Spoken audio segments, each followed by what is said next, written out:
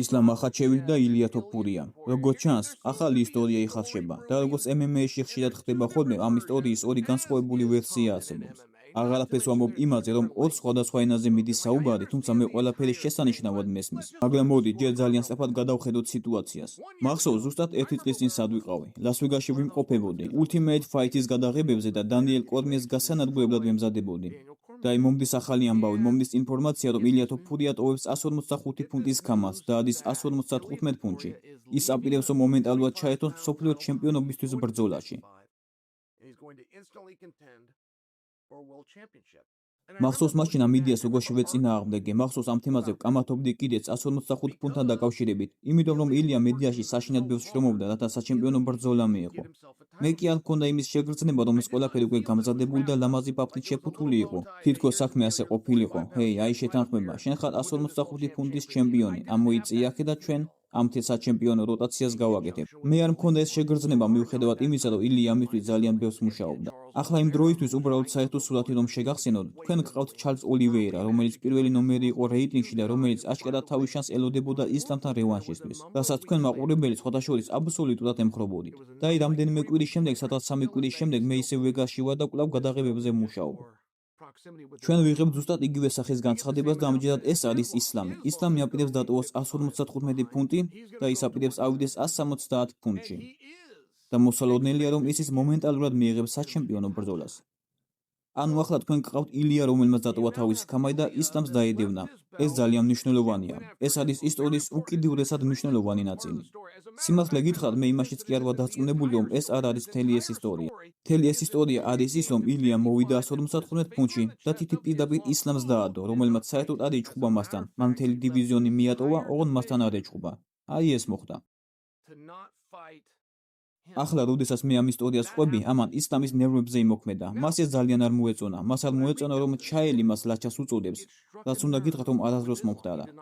მე მას ახლაც არ ვუწოდებ ლაჩას. მე უბრალოდ გეუბნებით, რომ ილია თოფურია შევიდა დივიზიონში, სცადა მასთან ბრძოლა, ისლამა კი ილიას ეს ბრძოლა არ მისცა. ფაქტობრივად, ისლამა საერთოდ მიატოვა დივიზიონი. აქ სიმხდალეზე საერთოდ არ არის საუბარი. აი რა მოხდა რეალურად.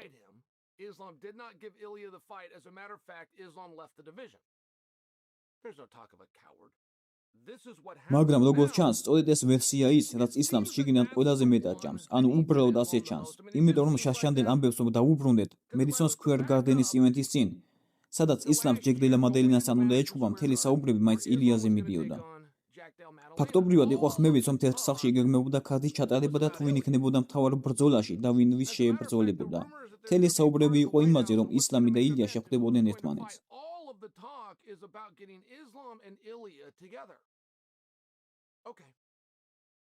ასე რომ ახლა, აი სწორედ აქ დღეს ისლამი გაბრაზებულია ელიოძე და ეუბნება, შენ ხარ ის, ვინც ეს ბრძოლა გამოიწვია, ნუ აჩვენებ თავს ისე თითქოს ასე არ იყოს. და ის თეთრ სახლზე საუბრობს. ჰეი, ჩვენ შემოგთავაზეს ეს ბრძოლა, ჩემი მხარე თანახმა იყო. შენმა მხარემ კი მეტი ფული მოითხოვა, ნუ იქცევ ისე თითქოს ეს შენი ბრალი არ იყოს. კარგით, ახლა ეს მთელი ეს ამბავი აგებულია იდეაზე, რომ თქვენ გაქვთ ისლამის მხარე და გაქვთ ილიას მხარე. და აქ ყოველთვის არის ის მომენტი, თუ რას ამბობს წითელი კუთხე ლუჯი კუთხის წინააღმდეგ. პლუს გყავთ მთარგმნელები და ბევრი რამ თარგმანში იკარგება ხოლმე. თითქოს ჩვენ ამ რაღაცების 100% აბსოლუტურად გვესმის, მაგრამ ისინი ძალიან ახლოს არის. ეს მახსენებს ტიპურ ისტორიას, არსებობს ჩემი ვერსია, არსებობს შენი ვერსია და არსებობს სიმართლე. თუმცა ტიპურ ისტორიასთან შედარებით აქ ნამდვილად ისე ჟღერს, თითქოს ეს ტიპები ზუსტად ესა და იმავე რამეს ამბობენ. და რა მიზეზითაც არ უნდა იყოს, აი სწორედ ეს თემა ის, რაც ისლამს საშინად უშლის ნერვებს. რა მიზეზითაც არ უნდა იყოს, ეს სწორედ ის თემაა. მოდი ძალიან სწრაფად გადავხედოთ მათემატიკას. კარგი?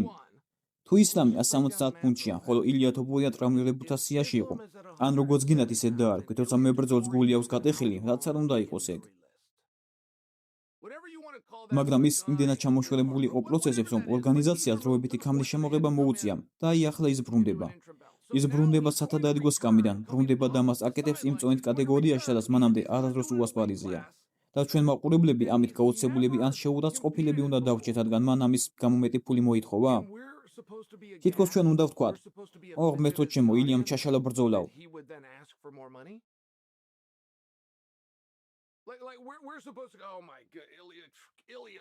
მოდის ილია რეზერვიდან აშკარად იმისთვის, რომ შეებრძოლოს მსოფლიოს ნომერ პირველ მებრძოლს pound for pound რეიტინგში. ეს იმაზეა დამოკიდებული თუ ვის რეიტინგს უყურებთ. ზოგი ამბობს, რომ ეს ისლამია, ზოგი კი ილია, თუმცა ამავე სიაში ჯონ ჯონსი საერთოდ არც კი ფიგურირებს.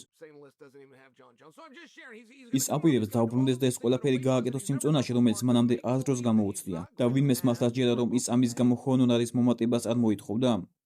ანუ კონტრაქტის გადახედვა და ხელახალი მოლაპარაკებები ჩემზე მეტად არავის ეზიზღება, მაგრამ ისლამის არგუმენტი არის ის, რომ ბრძოლა შეიძლებოდა შემდგარიყო და ეს მხოლოდ ილიას მხარის გამო შეფერხდა. ასე რომ ილიამ არა მხოლოდ დატოვა 145 ფუნტი და თაშენ დაგდევნებოდა 155 ფუნტში, არა მხოლოდ გამოგიწვია, არამედ ახლა როგორც ჩანს მზად არის 170 ფუნტშიც კი ავიდეს. უბრალოდ ამას თავისი ფასი აქვს. ეს არ იყო ის, რის გაკეთებასაც გეგმავდა, მაგრამ ის მზად არის ამისთვის. ეს ილიას მხრისთვის საკმაოდ კარგად ჟღერს ჩემი აზრით. ეს აბსოლუტურად ლოგიკურია.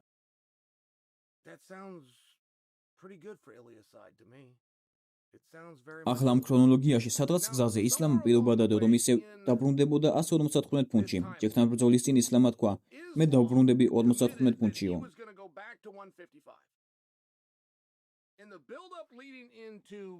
ჩვენ არ ვამბობთ, რომ ატყუარ ხარ, უბრალოდ შენ არ იცი ის, რაც არ იცი.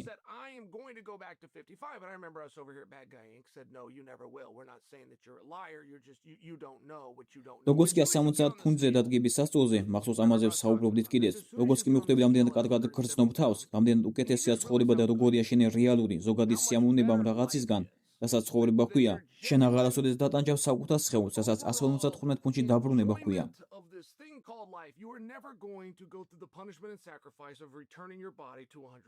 და რა თქმა უნდა, როგორც კი მან 170 ფუნტი დააფიქსირა, ეგრევე თქვა, მე აღარასდროს დაბრუნდები 155 ფუნტშიო. აქ არ ავინცდება. მე და ისლამი ამ ისტორიაზე არ ვკამათობთ. ისლამი ამ ამბავს ზუსტად ისევე მოყვება, როგორც მე მოვყვევი. ისლამი არ გამოვა და არ იტყვის. ჩაელი ისეთ რამეს ამბობს, რაც არ მომხდარაო. ჩვენ ამას ზუსტად ერთნაირად ვიტყვით, თუმცა ისლამს გონივრულად სჯერა, რომ ამ სიტუაციაში უპირატესობა მას აქვს.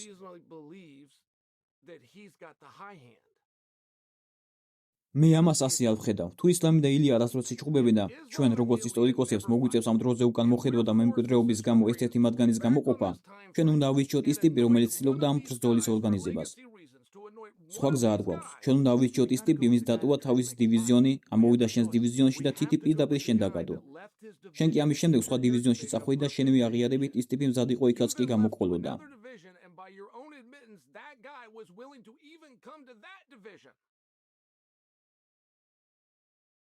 მე არც კი ვიცი გვჭირდება თუ არა საერთოდ ილიას და ისლამის ბრძოლის ნახვა. ეს დიდი ბრძოლაა, საინტერესო ბრძოლაა, მაგრამ ის დიდი და საინტერესო უპირატესად იმიტომ არის, რომ ერთ-ერთი მათგანს თავიდან მოგვაშორებს. აი ეს არის ის ნაწილი, რომლის აღიარებას არავის უყვარს. როცა მატჩებს აკეთებ, ვიღაც აუცილებლად უნდა წავიდეს. არავის უყვარს იმაზე საუბარი, რომ რეალურად ორივე მტკივნეულად მოსაწყენი ხართ, მაგრამ ჩვენ მაინც გვიწევს თქვენი ქარდის სათავეში ჩასმა. ასე რომ ჩვენ ერთმანეთს დაგაპირისპირებთ, არა იმის გასაგებად თუ ვინ არის უკეთესი, არამედ უბრალოდ გვინდა რომ ერთ-ერთი თქვენგანი გაქრეს. არა ის რომ კონკრეტულად ამ სიტუაციაშია საქმე ასე, უბრალოდ გიზიარებთ, რომ ზოგადად აი ამიტომ გრძელდება ეს საუბრები. რაიმე მნიშვნელობა აქვს საერთოდ ილია კარგ დარტყმას უთავაზებს ისლამს წვივში თუ ისლამი მას პარტიაში დაითრევს 24 წუთის განმავლობაში? აქვს ამას თუნდაც მცირედი მნიშვნელობა? შეიძლება ამით თქვენი დღე თუნდაც ოდნავ? მაგრამ როგორც ჩანს, ეს სწორედ ის თემა, ხომ ასეა? აი ეს არის ის მთავარი თემა. მე მყავს უფრო დიდი და მძიმე წონის ჩემპიონი, რომელიც ამაზე საუბრობს.